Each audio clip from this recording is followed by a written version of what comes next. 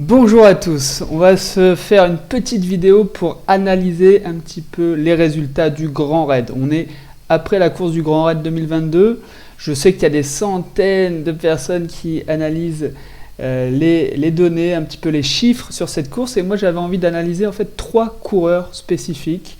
Enfin, 3 coureurs pris au hasard, mais avec des parcours vraiment différents. On va essayer de comparer un petit peu leur parcours, leur évolution, leur classement, leur vitesse, l'impact de la nuit par hasard sur leur course, les comparer aux barrières horaires, etc. Voir là où ils ont gagné du temps et perdu du temps en fait. Avant tout, avant de commencer, je voulais un peu revenir sur ma dernière vidéo qui était, je pense, qui a été mal prise par les grands fans de trail, un petit peu provocatrice sur mes erreurs lors du Grand Raid 2022.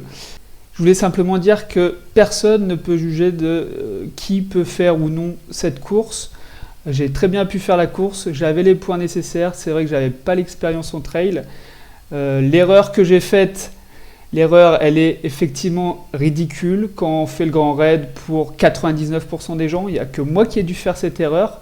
Elle vous semble ridicule et pourtant, ce qu'il faut retenir, c'est que tout le monde va faire des erreurs à son niveau. Moi, c'était cette erreur-là, mais d'autres ont fait d'autres erreurs. C'était simplement pour vous faire remarquer cela. Et puis, après tout, moi, comparé à mon erreur, j'ai bien le droit de faire la préparation que j'ai envie, la course que j'ai envie, pour mes motivations, mes buts. Personne ne peut juger si telle ou telle personne est assez entraînée ou pas, simplement par rapport à ses résultats et surtout suite à une blessure, en fait. Voilà, petite parenthèse, vous pouvez toujours aller voir cette vidéo. Petite parenthèse, voilà, on revient sur le thème de notre vidéo aujourd'hui. Comparer 3 coureurs sur la dernière diag, 3 finishers. J'ai pris 3 personnes du coup avec des profils un petit peu différents. Il y a le premier coureur, Gérald Fraise. Alors j'ai pris totalement au hasard, hein, je ne les connais pas. Si vous vous reconnaissez dans la vidéo, mettez un commentaire, ça me fera plaisir. Lui, ce qui est intéressant, c'est qu'il a été dans les 5 derniers au premier point de passage. Il était 2752 au premier point de passage. Le deuxième coureur, il a terminé en 50 heures. Et le troisième coureur, il a fini en 42 heures. On a l'outil de comparaison de coureurs sur le site, directement du Livetrail, avec les classements. Donc on voit que celui on va afficher déjà par place. Et là on a le profil de la course. Par place, c'est ce que je vous disais là. On a un coureur qui était dans les 5 derniers au premier point, au premier classement. Et après, regardez, concernant les 2 autres coureurs, ils étaient assez proches au final. Hein. Ils étaient assez proches, voire même dans le même temps jusqu'à Sillaos, donc à 73 km de course, pratiquement à la moitié. Ils étaient dans le même temps. Et pourtant, en finale, à l'arrivée, on voit qu'il y en a un qui a fini 469e et l'autre 1105e. Donc il y a un gros écart. On va essayer de comprendre un petit peu pourquoi. Et on a aussi cette magnifique remontée en place, en tout cas de Gérald Fraise, finisher, super. Regardons, alors, ce qui est un petit peu embêtant, c'est qu'on n'a pas les temps de passage. Donc on va avoir les places, mais on ne va pas avoir les temps de passage.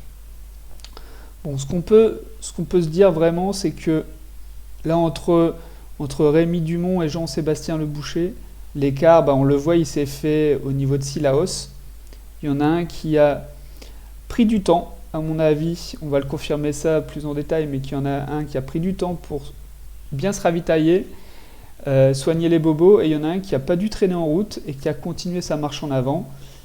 Et après, l'écart s'est creusé vraiment tout du long. Donc Jean-Sébastien, celui qui est en ligne jaune là, il a dû mieux gérer son effort depuis le début pour arriver à Sillaos encore assez frais. Alors, je vais regarder Gérald Fraise, le tableau.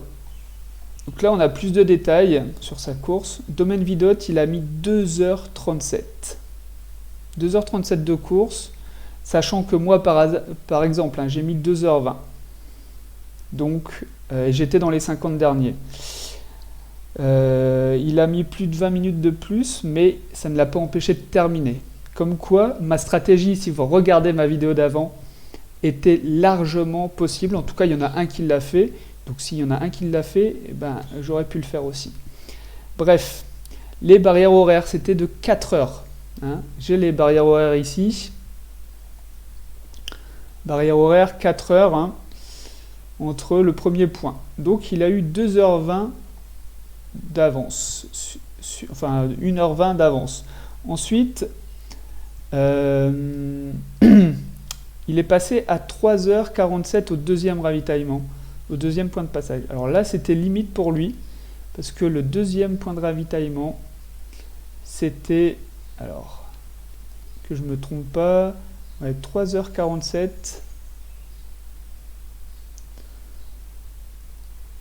En fait, non. Non, non.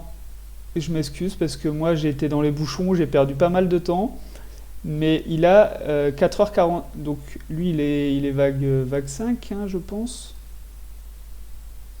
Ah non, il était vague 2. Vague 2, hein, il est parti à 21h10. Du coup, il avait 4h25. Il avait jusqu'à 4h25, donc il avait 40 minutes d'avance sur la barrière horaire. Hein. Mais là, c'est normal, en fait, sur ce parcours-là. Les barrières horaires n'étaient pas adaptées, ils ont rallongé le parcours de 3 bornes et ils ont gardé la même barrière horaire. Par contre, sur le point d'après, donc il avait jusqu'à vendredi 6h45, il a dû rattraper du temps sur la barrière horaire. Voilà, 8h40, donc il avait 2 heures d'avance. Donc on voit que clairement, et puis ça monte très fort, hein, mais il a dû marcher. Il a marché à un bon rythme. Il n'a pas dû s'arrêter, 3,62, 4,16. Il arrive quand même dans les derniers, hein, au parking Ernest-Boeuf, mais il a ses 2 heures d'avance. Puis après, à Marabout, ça continue, une bonne moyenne, 4,89. C'est un secteur entre Ernest-Boeuf et Marabout descendant. Ensuite, entre Marabout et le bloc, là on a une grosse montée. On le voit hein, sur le profil. Bon, je ne vais pas vous le montrer, vous le connaissez par cœur le profil. Hein. Entre ici et ici, il y a une grosse montée et une grosse descente. Là, il est toujours dans les derniers, hein, une moyenne assez faible, hein, si j'ose dire, hein, avec tout le respect que j'ai pour les coureurs. Ensuite, c'est pratiquement du plat jusqu'à Sillaos. Donc, il arrive à vendredi 16h20. Il est toujours dans les derniers, hein, 2429. Il a mis 19h11 de course. Pour info, moi j'ai mis 19h20 de course à cet endroit. Et j'ai abandonné à Sillaos. Donc, il avait que 9 minutes d'avance sur moi. Et comme je connais les barrières, il avait qu'1 heure et 10 minutes d'avance sur les barrières horaires. À ce moment-là, à Sillaos, on est à 73 km.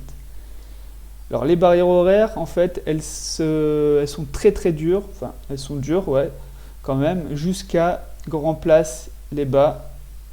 Et ce qui est au kilomètre 100, 102, 103. Voilà. Et du coup, Sillaos, 1h10 d'avance, il n'a pas traîné. Voilà, on va s'arrêter à Sillaos, on va regarder les autres coureurs un petit peu comment ils ont géré jusqu'à Sillaos, qui est un petit peu le premier tiers de la course, un petit peu plus en kilométrage, mais après on rentre dans ma fat, cette partie-là est un peu plus roulante. On change d'ambiance après Sillaos quand même. Alors, Rémi, lui, qu'est-ce qu'il a fait ? Alors, 1h51 à Domaine Vidot, classement 1507. Notre-Dame de la Paix, 1056. Il a gagné pratiquement 500 places. Il a cartonné. Hein. Clairement, il a fait un super deuxième secteur, hein, entre Domaine Vidotte et Notre-Dame de la Paix. Mais est-ce que ça va pas lui... ça va lui rester entre les jambes ou pas? Donc 5 km/h, ouais, c'était très, très fort parce que c'était costaud. Parking et Arnett-Boeuf, ça continue de monter. Marabout, on est dans les descentes. Donc Marabout, lui, il a mis 9h10. 9h10. Déjà, il était dans la vague 1, hein, la vague la 1, c'est les élites plus les meilleures références trail. Donc, à Marabout, 9h10, alors que Gérald, il était à 11h42. Donc il y avait déjà 2h30 d'écart. Ensuite, entre Marabout et le bloc, bah, il a été quand même un peu plus vite, hein. Il a bien remonté des places, de 1200 à 1000. Et puis après, jusqu'à Sillaos, il a terminé, il avait mis 14h40. Et sous les 1000 au classement. 14h40 comparé à 19h10. Hein. Donc l'écart s'était créé. Notre troisième coureur, donc, qui va avoir à peu près les mêmes temps de passage, hein, que notre deuxième coureur. 1h49 au premier point. Marabout, 8h57. Nous, c'était 9h10, donc il était en avance. Et après, Sillaos, 14h40. Et là, 14h38. Donc il n'a que 2 minutes d'avance. 977e.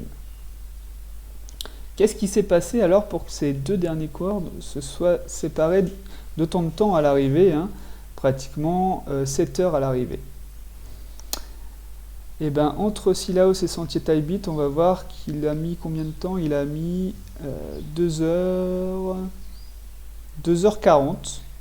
2h40, alors que 2h40, ok, la barrière horaire entre ces deux points de passage était très rude. Enfin, ouais, elle était très rude, elle était mal estimée, hein, on peut le dire, parce qu'entre Sillaos et début du Sentier Tailbit, il y a 2 heures.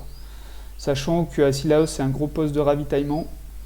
Le temps de se changer, prendre ses affaires de rechange, passer voir le kiné, manger. 2 heures, c'est un peu compliqué. Donc on voit que même quelqu'un qui a fini au final 500e, il a mis 2h40. Et donc là, notre deuxième concurrent, lui, il a vraiment pris le temps parce qu'il a pratiquement mis 3h30. 3h30. Et notre premier concurrent qui est limite au niveau des barrières horaires, hein, il avait 1h10. Lui, il n'a pas dû traîner, il a mis 2h20. Donc c'est assez intéressant de voir qu'il a été plus rapide en fait que le coureur qui fait top 500 à l'arrivée. Tout simplement, il n'avait pas le temps. Il était pressé par les barrières horaires, surtout qu'après, ça continue à être chaud, comme je vous l'ai dit, jusqu'à Grand Place. Donc il n'avait pas le temps. Comme quoi, le mental, je pense que le mental nous fait redémarrer. Là, quand on est pressé, quand on a quelque chose derrière nous, on oublie tout et on trace. Donc clairement, le deuxième coureur, lui, il a, pour moi, hein, il a pris beaucoup trop de temps ici. Pour moi, mais après, c'est vrai qu'on gère sa course comme on veut. Mais il n'y avait pas besoin d'autant de temps, il me semble. Bref. Alors, après, on va reprendre notre coureur de tête. Il passe ensuite à Marla à 19h17. Et lui, 20h25. Donc, il est remonté un petit peu. Hein. Je pense que Rémi, il était plutôt très très bon dans les montées. Voilà.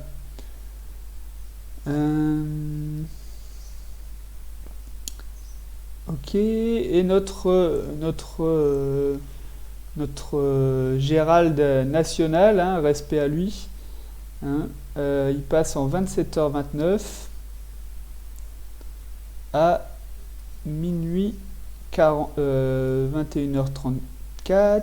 On va passer le point d'après, donc on va aller Plaine des Merles, minuit 40, Sentier Scout, et on va aller directement à Illet à Bourse. Il est à Bourse, il est passé à 4h11 du matin. À combien de temps des barrières horaires? Donc, il est à Bourse 4h25. 4h25. Samedi 4h25, la vague 2. Ben, il est passé à 14 minutes de l'élimination. 14 minutes. Quand je vous disais que les barrières horaires après ne permettaient pas de se relâcher, donc 14 minutes il est passé. 14 minutes, waouh. Respect Gérald. Hein. Là il a rien lâché, il devait être cuit. Ça faisait 31 heures, il n'a pas dû dormir. Franchement respect, 14 minutes. Bah vous voyez, j'avais pas préparé plus que ça la vidéo, hein. Je l'analyse en direct. 14 minutes, waouh. Waouh, trop impressionné. Je vais peut-être en faire même le titre de ma vidéo. Et donc, avant de regarder les autres concurrents, on va regarder le deuxième passage. Il est passé à 5h09. Ah, j'ai peut-être fait une bêtise. Non, il était à Bourse, c'était bien 4h25. Par contre, voilà, Grand Place, les bas, 5h40. Il avait repris une demi-heure. Et après, ouais, c'était bien Grand Place les bas, hein, là où les barrières horaires commencent à se relâcher. Mais le vrai relâchement, c'est quand même Plateau de Serre. Donc, il est passé à 9h07. Et il avait jusqu'à 10h10. Donc voilà, il a repris une heure d'avance à Plateau de Serre. C'est quand même pas grand-chose. Hein. On est au kilomètre 114. On n'est pas à grand-chose. Donc, ouais, il a dû avoir très chaud. Le Gérald, il a dû stresser un petit peu, ou alors il est resté calme et c'est ce qui a fait sa force. Regardons un petit peu, comparons, j'aime bien, entre Sillaos et notre Grand Place. Combien de temps il a mis? Donc, Sillaos, il est passé à 19h, on va arrondir, et lui à 32h, donc ça nous fait du 11h, 12h, 13h. Du 13h, il a fait 13h entre Sillaos et Grand Place. 13h. Notre ami deuxième, combien de temps il a mis entre Sillaos? Alors, je le note en même temps, à 13h pour Gérald. Sillaos à 14h40 et Grand Place à 27h27. Ben, ça fait du 10, 13, 10, 11, 12, 13. 13 heures.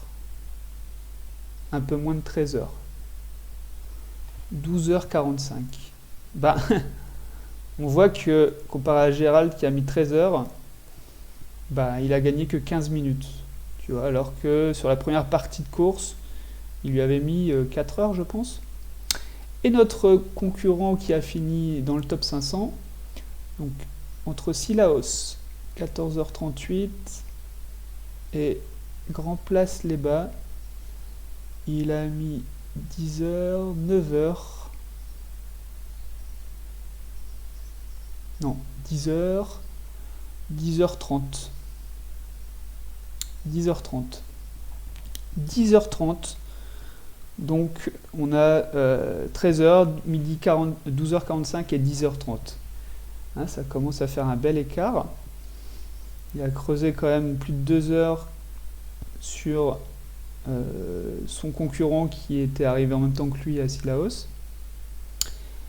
Bon, voilà. Alors, qu'est-ce qui se passe après? Donc, entre Grand Place, Plateau de Serre, Ilette des Orangers, donc on va revoir un petit peu les barrières horaires, hein, avec ce concurrent-là, on peut voir. Ilette des Orangers, il passe à 11h31.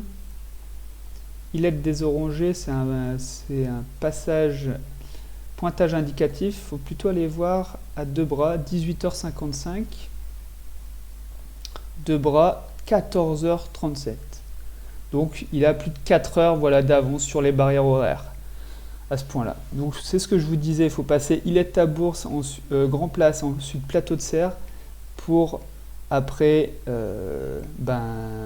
être plus à l'aise dans les barrières horaires. On voit aussi au niveau du classement, hein, Grand Place il était 1865, donc il a dû passer de toute façon dans les derniers, hein. Et là il est déjà 1675, donc il y a aussi le jeu des abandons, hein, il double les abandons, mais 200 personnes c'est quand même super. Donc Debras il passe en 41h27, là Debras il passe en 36h38. Le classement reste stable, hein, mine de rien. Il reste dans le top 1000, ils sont à son niveau en fait. Donc en fait il n'a pas explosé par rapport à Sillaos, hein, il n'a pas explosé. Il reste dans les 1000. Il perd un petit peu de place, ça sera sur la fin de la course, mais sinon c'est très bien. Une bonne gestion de course. Et notre ami, donc il passe à Debras à 32h49. 32h49, 36h38. Lui par contre, depuis Sillaos, il était 977e. Il était 960 et puis là il est passé 535e. Donc là il a vraiment fait une grosse partie dans ma fat. Hein, les vitesses ne sont pas folles, hein. Il n'a pas couru. Ou il a trottiné peut-être. C'est très dur de courir dans ma fat, il y a peu de place pour les coureurs. Il dépasse pas les 4 km/h. Donc il a dû marcher à un rythme très élevé et sans faire de pause. Ensuite, une petite indicatif que j'aime bien, c'est la montée de Debras à Dodane. Une des montées maintenant qui fait référence, hein, depuis que le Maïdo a disparu pour le moment, de Debras à Dodane. Donc notre doyen un petit peu, notre finisher de l'extrême, celui qui est passé à 14 minutes de l'élimination, de Debras à Dodane, il a pris le temps, hein, il a mis 3 heures. 3 heures pour faire à 1,56 km/h de moyenne. Debras à Dodane, il n'y a pas grand chose, hein. Debras à Dodane, il y a 5 km. 3 heures. Nous, le deuxième coureur, il a mis combien de temps? Debras à Dodane, il a mis 3h20. Pas beaucoup plus, toujours un peu plus rapide que Gérald. Et lui, Debras à Dodane, il a mis 2h20. 2h20, donc il a encore explosé ce qui était derrière. Et il a magnifiquement bien géré sa course. Donc ensuite, la fin, on va aller un petit peu plus vite, hein, la vidéo est déjà longue, et puis la fin, de toute façon, tout se fait au mental. Il n'y a plus trop de plans de course, on y va comme on peut. Alors notre champion là, qui a fini top 500, il a couru après, hein, 6,27. Il est arrivé à la possession, 4 km/h de moyenne encore, la Grande Chaloupe 4,71. Saint-Denis 3,71, 3,72 encore. Top. Il est arrivé samedi à 16h30, donc avant la 3e nuit. Et donc il a mis 10 heures entre Debras et Dodane, ce qui est pas mal, hein, quand même. 10 heures. Combien de temps a mis notre ami Rémi? Entre Debras et Dodane, il a mis 13 heures, un peu plus de 13 heures. Et je pense que ce qui lui a fait perdre du temps, c'est que là, à la Grande Chaloupe, il est arrivé dans la 3e nuit.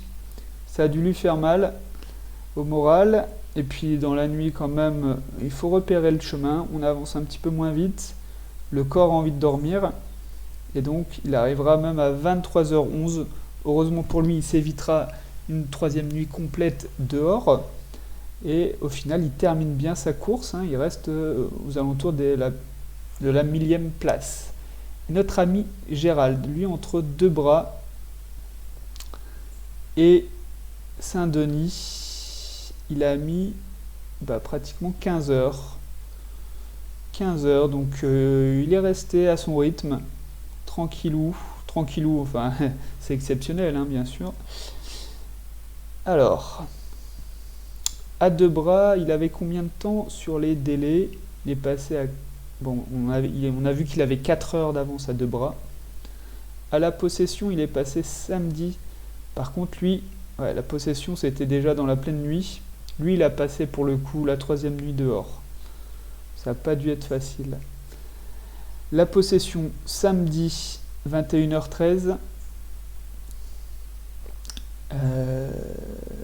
Qu'est-ce que je voulais voir? Je voulais voir les délais. Samedi, 21h13. La possession. Et 21h13, il avait encore 5 heures. 5h30 d'avance, tu vois. Vous voyez, son avance sur les barrières horaires ne fait qu'augmenter après Roche Plate. Grand Place, pardon. Ensuite, on va voir le Colorado, enfin la Redoute, il avait 66 heures pour terminer et il a fini en 56 heures, donc plus de 10 heures, enfin pratiquement 10 heures d'avance sur la barrière horaire. Il a réussi à terminer, bravo à eux. Alors, pour les intéressés, les fans, vous pouvez aussi aller voir les statistiques, hein. Stats de la Diagonale des Fous. On va avoir un petit détail des abandons, pratiquement 32% d'abandons, quand même. C'est pas le record, mais c'est dans la moyenne. Répartition des abandons par catégorie, répartition des abandons sur le parcours. Ça, c'est important, c'est qu'on va voir que en fait, les abandons se font dans les 35-40 premières heures. Après, il n'y a pratiquement plus d'abandons parce qu'on est proche de l'arrivée et que les barrières horaires aussi sont plus larges, donc on peut aller plus lentement. Domaine Vidotte, premier point, hein, quand même, 19 abandons, premier point, 50 au deuxième, 25 au troisième, au bloc, Ocean,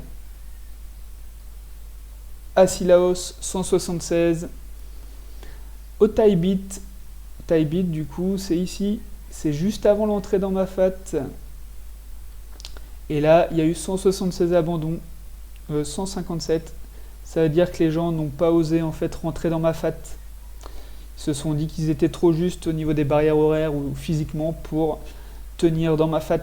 Et du coup, la tête a lâché et ils ont abandonné parce qu'il faut sortir à pied de ma fat. Même si on est hors délai, il faut sortir par ses propres moyens, il n'y a pas de route. Ça, c'est intéressant.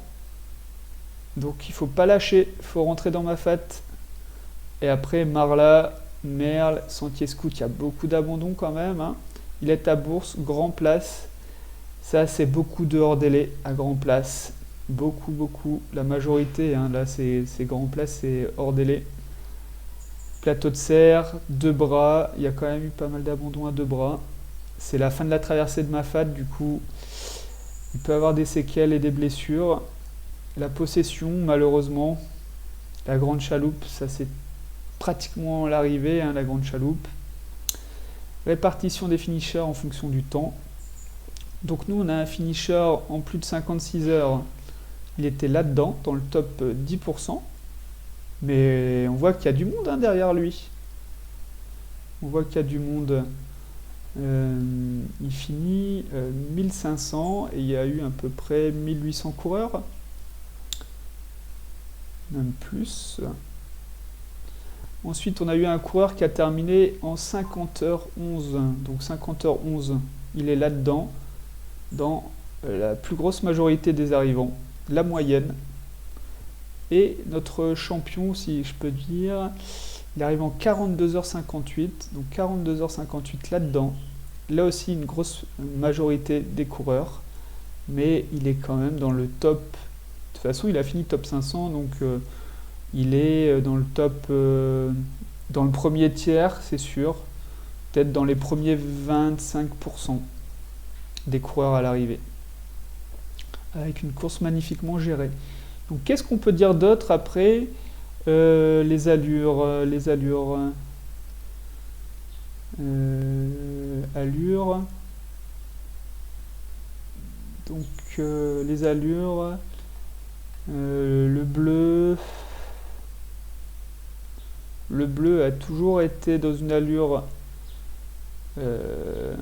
au-dessus des autres, donc il était plus lent, sauf à quelques endroits, là par exemple, ouais, on l'avait vu hein, au tie beat. Et après c'est le vert, c'est Rémi qui est un petit peu craqué, je pense ici, là, grand place, il a dû faire une pause aussi. Et puis sinon ça s'équivaut. Puis on a notre ami Jean-Sébastien qui a bien géré sa course, qui est toujours le plus rapide, hein, pratiquement, ou à égalité, mais très fort. On voit que là il a gagné beaucoup de temps entre la possession et la grande chaloupe sur les autres. Il a dû tracer, et aussi à 2 bras de Dan, la montée ici. Il n'a pas lâché, il a tenu, il avait très bien géré son affaire.